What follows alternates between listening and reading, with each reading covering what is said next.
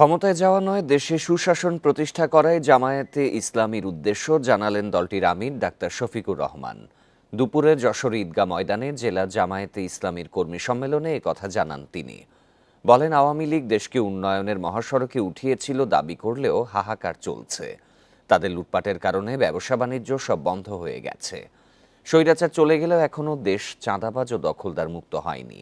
জামায়াতের ক্ষমতায় যাওয়ার ইচ্ছা নেই জানিয়ে তিনি আরও বলেন, সুশাসন প্রতিষ্ঠায় জনগণের সমর্থন চান তারা।